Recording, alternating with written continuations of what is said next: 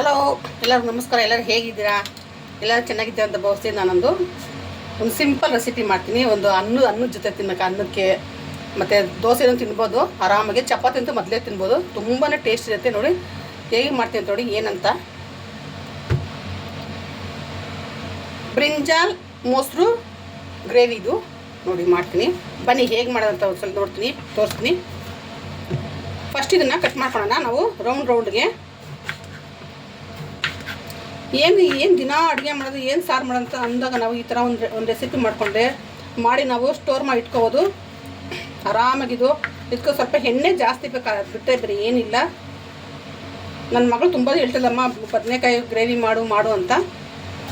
ಅದು ಇವತ್ತು ಮಾಡ್ತಾಯಿದ್ವಿ. ಬನ್ನಿ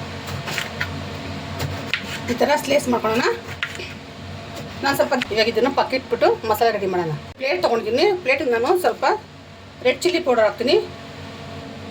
ಇದು 2 ಬದನೆಕಾಯಿ ಅಲ್ವಾ, ಇದಕ್ಕೆ ನಾನು 1.5 ಸ್ಪೂನಷ್ಟು ರೆಡ್ ಚಿಲ್ಲಿ ಪೌಡರ್, 1/4 ಸ್ಪೂನಷ್ಟು ಅರಿಶಿನ ಪೌಡರ್, 1/4 ಸ್ಪೂನಷ್ಟು ಧನ್ಯ ಪೌಡರ್, ಒಂದು ಅರ್ಧ ಸ್ಪೂನಷ್ಟು ನಾನು ಜೀರಾ ಪೌಡರ್ ಹಾಕ್ತೀನಿ.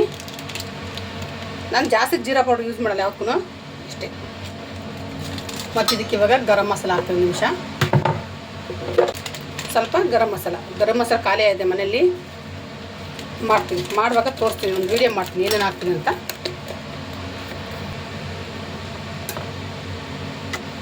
ಒಂದು 4 ಸ್ಪೂನಷ್ಟು ಎಣ್ಣೆ ಹಾಕಬೇಕು. ಇದು ಎಣ್ಣೆಲ್ಲ ಸ್ವಲ್ಪ ಮಿಕ್ಸ್ ಮಾಡೋಣ.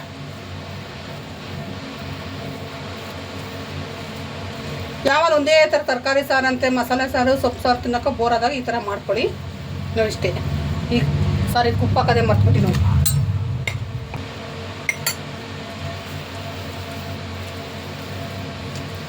ನೋಡಿ ಇದೆಲ್ಲ ಮಿಕ್ಸ್ ಆದಮೇಲೆ ನಾನು ಬದನೆಕಾಯಿ ತೊಗೊಂಡು ನೀಟಾಗಿ ಇದಕ್ಕೆ ಹಾಕ್ಕೊಂಡು ಬದನೆಕಾಯಿ ಎಲ್ಲ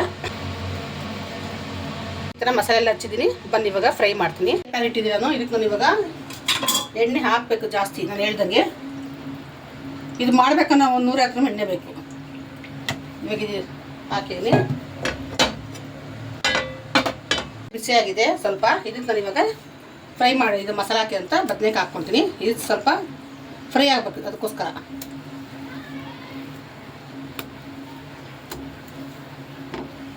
ಎಲ್ಲವನ್ನು ಹಾಕಿದ್ದೀನಿ. ಸ್ವಲ್ಪ ಇದು ರೋಸ್ಟ್ ಆಗಿ ಇದು ಬದನೆಕಾಯಿ ಎಲ್ಲ ಫುಲ್ಲು ಫ್ರೈ ಆಗಿದೆ. ಈ ಥರ ನೋಡಿ ಸಾಫ್ಟ್ ಆಗಿದೆ. ಈ ಥರ ಆದರೆ ಸಾಕು. ಇವಾಗ ಆಫ್ ಮಾಡೋಣ. ಬದನೆಕಾಯಿ ಫ್ರೈ ಆಗ್ತಿರಲಿ ಅಷ್ಟು ನಾವು ಮಸಾಲೆ ರೆಡಿ ಮಾಡ್ಕೊಂತೀವಿ. ಇದು ಒಂದು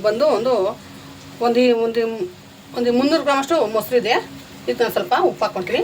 ಆವಾಗಲೇ ಉಪ್ಪು ಹಾಕಿ ಇನ್ನೂ ಸ್ವಲ್ಪ ಉಪ್ಪು ಹಾಕ್ಕೊತೀನಿ. 1 ಸ್ಪೂನ್ ಧನ್ಯ powder, 1 spoon red chilli powder, ಸ್ವಲ್ಪ ಅರಿಶಿನ ಪೌಡರ್, ಸೇಮ್ ಮಸಾಲೆನೇ. ಆವಾಗಲೇ ಏನು ಹಾಕಿದ್ದೆ ಬದನೆಕಾಯಿಗೆ ಸೇಮ್ ಮಸಾಲೆನೇ.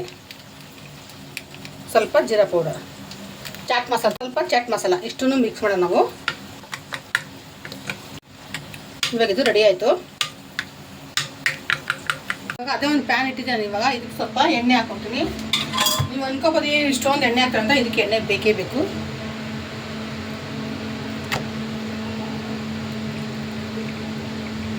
ಸಾಕು, ಒಂದು 3 ಸ್ಪೂನ್ ಎಣ್ಣೆ ಸಾಕು ಇದಕ್ಕೆ. ನಾನು ಇವಾಗ ಒಂದು ಅರ್ಧ ಸ್ಪೂನ್ ಅಷ್ಟು ಏನು ಹಾಕ್ತೀನಿ ಅಂದರೆ ಜೀರಿಗೆ ಹಾಕ್ತೀನಿ ಅಷ್ಟೇ. ಸ್ವಲ್ಪ ಕರಿಬೇವು, ಒಂದು 4 ಹಸಿಮೆಣಸಿನಕಾಯಿ ಕಟ್ ಮಾಡಿರೋದು, ಇಷ್ಟೇ. ಇದು ಮಸಾಲೆ ಸ್ವಲ್ಪ ಇದನ್ನ ರೋಸ್ಟ್ ಮಾಡೋಣ. ಇದು ಸ್ವಲ್ಪ ಚಟಾಪಟ ಅಂತು. ಇದಕ್ಕೆ ನಾನು ಇವಾಗ ಬದನೆಕಾಯಿ ಹಾಕ್ಕೊಳ್ತೇವೆ ಫ್ರೈ ಮಾಡೋದು. ಅದು ಇಷ್ಟೇ.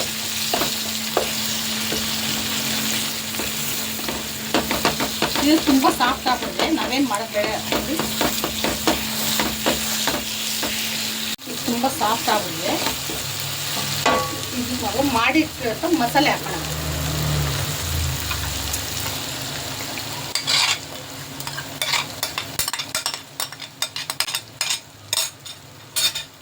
ನೀವು ಒಂದ್ಸಲ ಇದು ಫ್ರೈ ಮಾಡಿಬಿಟ್ರೆ ನೀವು ಮತ್ತೆ ನೀವು ಮಾಡಬೇಕು ಅನ್ಸುತ್ತೆ. ಎಲ್ಲ ಎಷ್ಟು ಕಲರ್ಫುಲ್ ಆಗಿದೆ ನೋಡಿ. ಇದು ಮುಂದೆ ಮಟನ್ ಸಾರು, ಚಿಕನ್ ಸಾರು, ಮೀನು ಏನು ಬೇಕಾಗಿಲ್ಲ, ಅಷ್ಟು ಟೇಸ್ಟ್ ಆಗಿರುತ್ತೆ. ನನಗೆ ಈ ಥರ ಎಲ್ಲ ಅಡುಗೆ ಮಾಡೋಕ್ಕೆ ತುಂಬ ಇಷ್ಟ. ಯಾಕಂದ್ರೆ ನನ್ನ ಮಗಳು ಈ ಥರ ಎಲ್ಲ ತುಂಬ ತಿಂತಾಳೆ. ಅವಳು ಏನು ಗೊತ್ತಾ, ನಾನ್ ವೆಜ್ ತಿನ್ನಲ್ಲ, ಮೊಟ್ಟೆ ತಿನ್ನಲ್ಲ. ಅದಕ್ಕೋಸ್ಕರ ಅವ್ರಿಗೆ ಈ ಈ ಥರ ಮಾಡಿಕೊಟ್ಟವಳಿಗೆ ತುಂಬಾ ಖುಷಿ ಅವಳಿಗೆ. ನೋಡಿ ಇದರಲ್ಲಿ ಪೂರಿ, ಚಪಾತಿ, ದೋಸೆ, ಇಡ್ಲಿ, ಅನ್ನ ಎಲ್ಲ ತಿನ್ಬೋದು. ತುಂಬ ಟೇಸ್ಟಿ. ಅದಕ್ಕೆ ಯಾವುದೇ ರೀತಿ ನೀರು ಹಾಕಿಲ್ಲ. ಅದು ಬಿಟ್ಟರೆ ಬೇರೆ ಏನಿಲ್ಲ. ಇವಾಗ ಇದು ರೆಡಿ ಆಯಿತು. ಸ್ಟವ್ ಆಫ್ ಮಾಡೋಣ. ಇವಾಗ ರೆಡಿ ಆಯ್ತಿದ್ದು ಬದನೆಕಾಯಿ ಮಸಾಲ. ಈ ಥರ ಎಣ್ಣೆ ಇರಬೇಕು. ಎಣ್ಣೆ ಸ್ವಲ್ಪ ಜಾಸ್ತಿ ಇರುತ್ತೆ, ಏನು ತೊಂದರೆ ಇಲ್ಲ. ಏನು ಯಾವಾಗಲೂ ಮಾಡಲ್ವಲ್ಲ, ಯಾವ ಥರ ಕಾಣ್ಕೊಂಡು.